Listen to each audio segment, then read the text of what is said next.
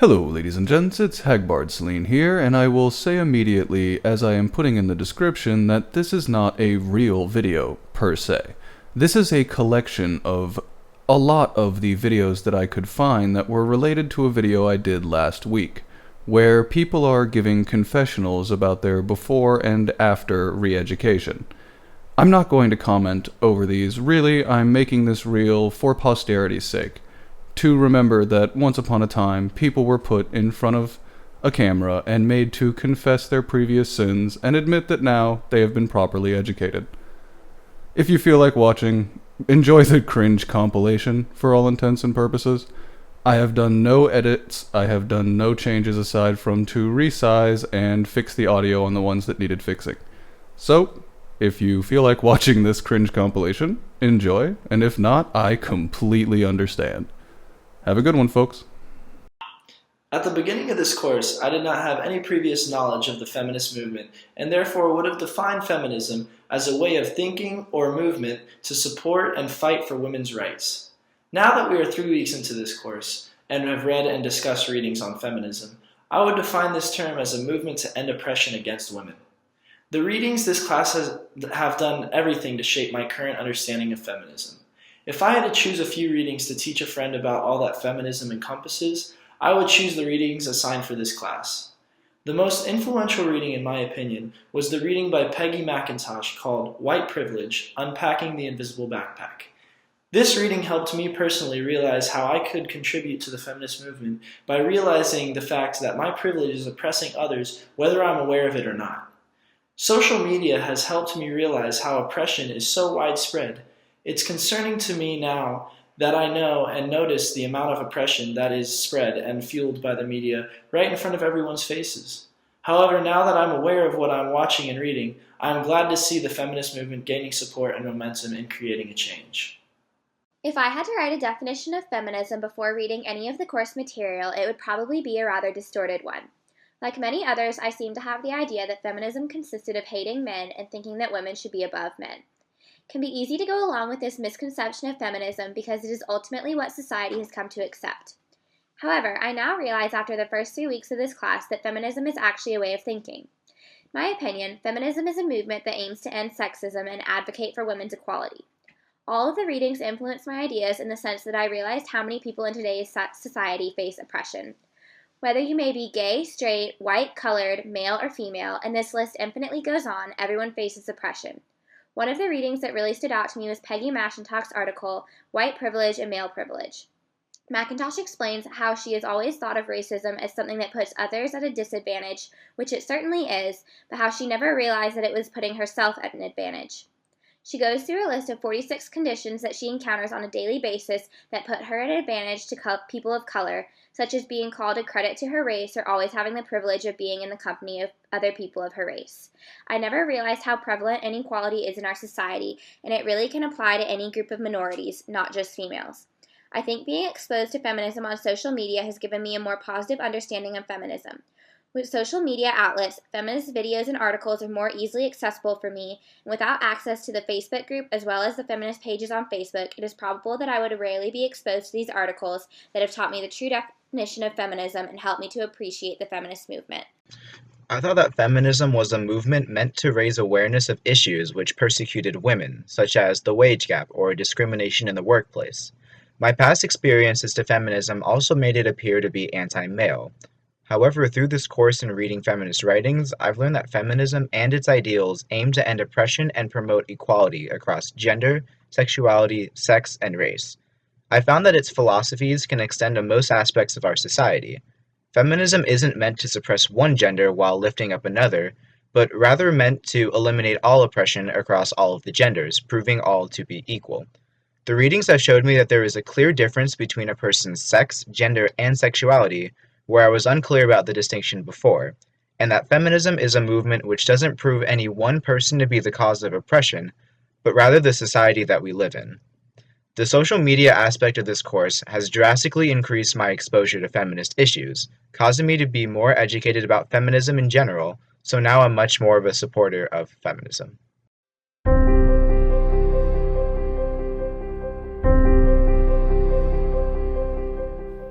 My definition of feminism before entering this class was something very shallow and superficial. I defined feminism as a movement to end gender oppression between male and female. Although this definition is true, I did not comprehend where this definition came from.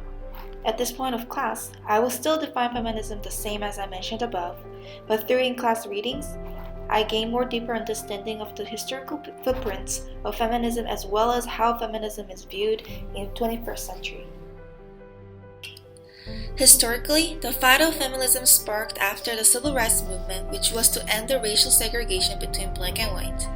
From The Social Construction of Race by Ian Lobens, I learned that race is neither an essence nor an illusion, but rather an ongoing, contradictory, self-reinforcing plastic process subject, meaning terms like black and white are social groups not genetically distinct branches of humankind. This concept of empirical race can be stretched to the idea of empirical gender.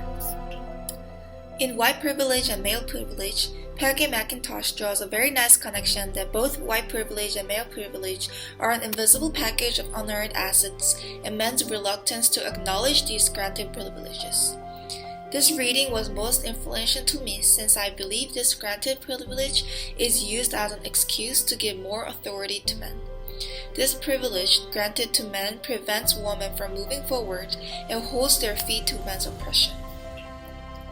After reading The Five Sexes by Annie Foster Sterling illustrates, words like male and female are no longer enough to describe an individual's identity in this modern society. Foster Sterling uses the term intersex to describe subgroups with mixtures of male and female characteristics. In social media, there has been a lot of conversation about intersex, and I believe the society should encourage more of this conversation to break the boundary and misconceptions surrounding feminism.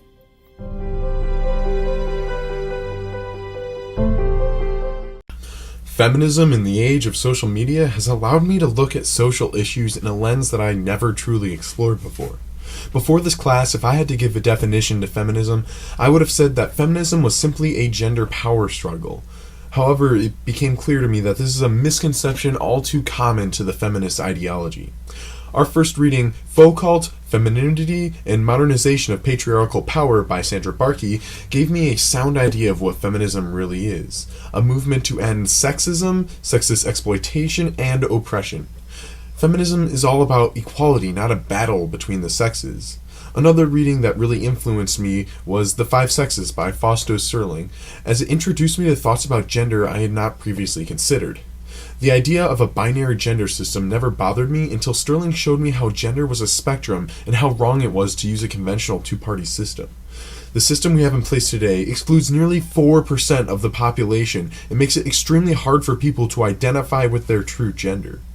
The use of social media in this class is only added to my ideas surrounding feminism, as articles I read online give me more insight into the issues presented in class.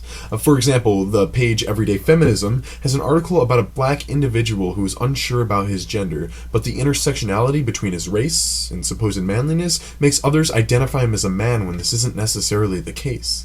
Issues like this shouldn't prevail in society, which is why I'm more interested in feminism thanks to this class than ever before. Fun fact, I love the Spice Girls.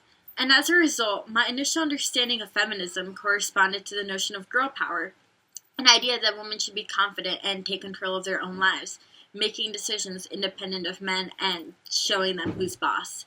However, having gained a better understanding of the term, I see some flaws in this connotation. According to bell hooks, feminism is a movement to end sexism, sexist exploitation, and oppression.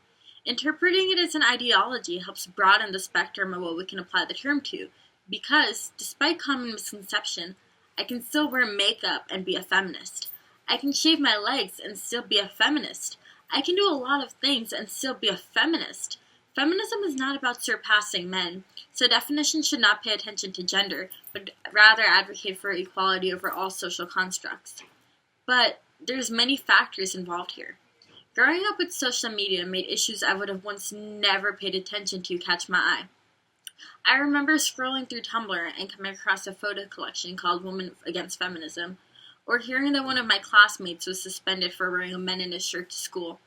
I was kept aware of the problem, but because it never directly impacted me, I wasn't inclined to care. Fast forward to this semester. Having read so much text surrounding the subject, I can see it now from a new angle, and I notice its prevalence in my life.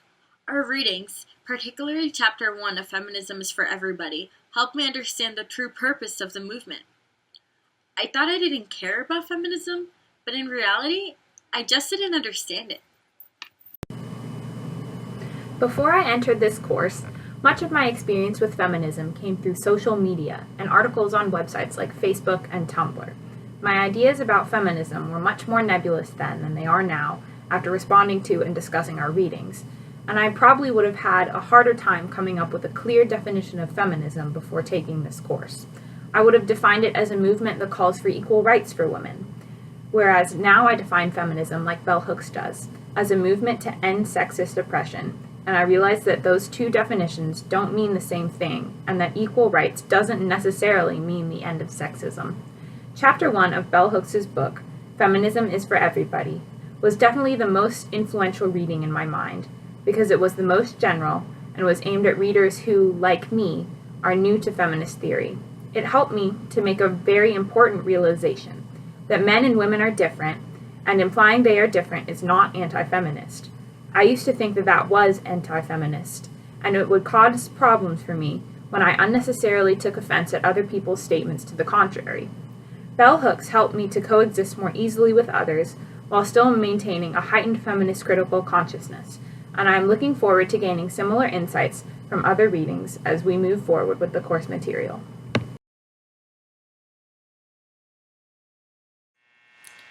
Feminism.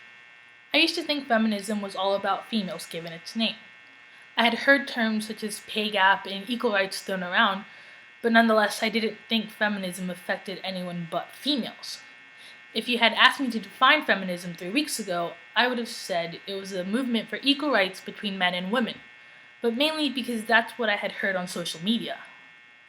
If I were to define feminism now, I would say it is a movement for equal rights, but between all individuals, as well as a movement for the end of sexism and the end of systematic oppression. My perspective of feminism has changed through my ability to read foundational texts in class. For example, in an article by Sandra Bartley, she brings up Bentham's panopticon, an ideal prison in which each individual becomes their own personal jailer. I think this concept perfectly applies to us as a society. Even though no single individual tells us the standards that we have to meet as a female, male, heterosexual, or homosexual, we internalize these standards and become our own jailers in society. I think that if we were to join forces in the feminist movement, we could come together to end this vicious cycle. My opinion about feminism prior to this class was mostly formed by social media and internet. Feminism can be unpopular and sometimes uncomfortable word in internet and online communities. Impression I had on feminism that I found in social media was mostly women empowerment, in which I felt alienated as being a man. If I were to define feminism before the class, I would have defined it as social movement calling for women empowerment. However, when I read Bell Hooks' article, Feminism is for Everyone, it changed my opinion on feminism in many ways. I realized the inconsistency between the true definition of feminism and what people think it is nowadays. Feminism by Bell Hooks' definition means the social movement against sexism, which is the definition that I agree with more. So I was wondering why this definition has been altered and feminism became a controversial subject in today's social media. It is because there are fewer tangible examples of sexism in today's society. So social media can less discuss about gender justice against sexism, but focus more on women empowerment, which can sometimes alienate men audiences. However, everyday sexism like gender stereotypes and such exists, and that's why social media try to appeal women to stand up against patriarchal stereotypes and norms. Furthermore, I believe it is the responsibility of men to be more educated about feminism. So I think social media feminism should appeal to men as well, not just women, about the true definition of feminism and how everyone should be feminists. My definition of feminism before reading the course material would have been the fight to make men and women equal. After reading feminist theory articles, I feel that this definition is incorrect. Simply stating that men and women should be equal could allow feminists to lower men to make them equal instead of raising women up to the level of men. I've adopted a new personal definition of feminism, heavily influenced by the bell hooks reading. I now understand that feminism is the movement to end sexism, racism, and sexist oppression. The readings have shown me that there is more to feminism than making women equal to men. I also learned that feminism encompasses other social issues such as racism and colorism. Dr. Alukian's assertion that feminism is a lens to see everything through states it best. Everything we do, see, and read should be analyzed through a feminist lens. The reading that influenced me most was Feminism is for Everybody. It provided a simple definition of feminism and briefly described the history of the movement in easy-to-understand language. Many of the other readings were written for a very academic audience. Bell Hooks wrote this piece to be read by ordinary people trying to get a better grasp of what feminism truly is. Before taking this class, social media was exposing me to angry feminism. I only saw my uninformed high school classmates' angry rants on Twitter. After following pages such as feministing.com, I've discovered how useful of a tool social media is for feminism. Social media has now exposed me to pressing feminist issues and how people are fighting for change. Already this class has made me more informed on what feminism is and how to join the cause. Before beginning this class, I had virtually no knowledge about what feminism and feminist theory is, and why it is not just something people joke about with their friends. If I were to describe feminism and feminist theory before this class really began, I would say that it was just a movement to bring women to equal terms with men. However, after being exposed to various aspects of feminism and feminist theory in this class, through readings and general discussion, I now believe that feminism is a movement to eradicate all forms of oppression within the society we live in, and upheave the socio-political norms to make way for a generation that truly does not know terms such as elites and upper class. A society that is not founded on getting ahead of others in life, but on progressing humanity as a whole for the good of everyone. These readings gave me a more detailed opinion on the purpose and goals of feminism, especially regarding its views on men. I used to think that a large part of feminism was based on the fact that men only benefit from patriarchy, but now that I have a better understanding, I know that feminism acknowledges the fact that men are also hurt by this patriarchal society that we live in today. In my mind, the most influential reading for me has been The Social Construction of Race by Ian F. Haney Lopez. Never before was I exposed to the idea that race was a social construct, and that idea really stuck to me. Now the idea makes perfect sense to me, and I better understand the need for more people to be aware of this idea, and how we need to address this issue and what it does to modern-day society. Social media has helped me better understand some issues in feminism due to the participation I've been doing with our class's Facebook page. For example, men have been made to be accountable to a certain standard of masculinity, and those men that do not meet this standard are outcast and rejected. However, I know that the standard is simply a social construct, and we must eradicate this for the sake of feminist ideology. On the first day of class, I still remember that I wrote the definition of feminism as a movement that women started to achieve the equality of rights and social status with men. However, after reading all the course materials, I've got a fresher understanding of feminism. Many people do not realize that they have mixed up feminism with the word anti-male, and I was one of them. So as Bell Hooks said, feminists are not just a bunch of women who want to overturn the domination of men. What they are trying to do is to justify contemporary women's liberation to the public and to address the root problem of sexism, which violates the basic principle for a harmonious society. Feminism is not just about women. It was created to fight against some unfair ideologies constructed by our society, such as race, white privilege, and male privilege, causing the oppression to a minority group.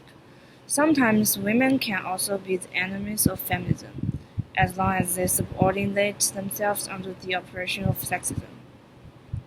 Feminism is for Everybody by Bell Hooks was the most influential reading in my mind, as it refreshed my understanding of feminism. What's more, this piece of reading is very fair and not that radical. It's true that most people hear about feminism through patriarchy mass media. Media keeps showing stuff consistent with the taste of the general public, but never showing those revolutionary feminism ideas. Through time, feminist theory have progressed greatly, but more often they are not made available to the public.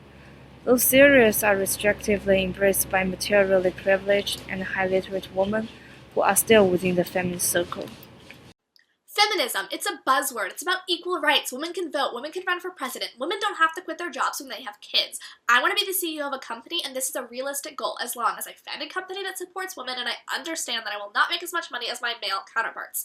I'm a feminist, but I've never been very vocal about it because a lot of people are very vocally anti-feminist, and these anti-feminists get a lot of attention. You don't have to look very far. You can see it in magazines, articles, Facebook posts, YouTube comments, and a lot of celebrities are leading the way, saying feminists are just man-hating, hairy-legged girls who don't shower and are looking for attention. People throw around their opinions without really knowing what they mean. I've been reading some of the fundamental feminist texts in my English class, and I have learned a lot about where feminism comes from and why it's so important. It starts when you're born and you're wrapped in either a pink or blue blanket by the doctor. You have either two X chromosomes or an X and a Y chromosome. You're given a sex and then a gender and expected to act a certain way the rest of your life. But sex is not this clear cut. It's not just boy and girl. There are at least 5 sexes and probably more. People can't be boxed up this easily. So, if you're not perfectly a boy or perfectly a girl, how are you supposed to act? You're different, not normal. And when you're not the norm, you can easily fall victim to oppression. My educated definition of feminism is that it's anti-sexism, the fight against patriarchy, which is bad for both men and women. Feminism is everybody's fight, and everybody stands to benefit from a world where everybody can exist as themselves. The definition of feminism that I had before the class began was movement driven by women to enhance women's rights in general, and it didn't take too long for me to figure out that the definition that I had was very shallow and naive. The definition that I have now after all the readings and classes is very similar to the one stated by Bell Hooks in her book Feminism is for Everybody, which was the most influential reading as it set the standard of feminism and corrected all the misconceptions that I had, which is movement to end sexism not necessarily driven by women. All the readings that I had in the classes not only showed me different aspects of feminism such as its history, different types of feminism like revolutionary and reformist, but also taught me how to link feminism to other fields of our society such as how racial and sexuality issues have similar problems with the ones of feminism, which eventually widened my perspective on not only feminism but the world around me. I became to realize that we are all institutionalized to judge something as something without questioning its actual essence. And I believe social media such as news, films, and TV shows has played such a huge role for this inappropriate practice to be performed. And as I was literally surrounded by it since I was born. It shaped my opinion rather than taught me how to form my own opinion. And I also realized that it is needed to put constant interest on certain issues such as feminism so that it can develop in right way as social media reflects public opinions.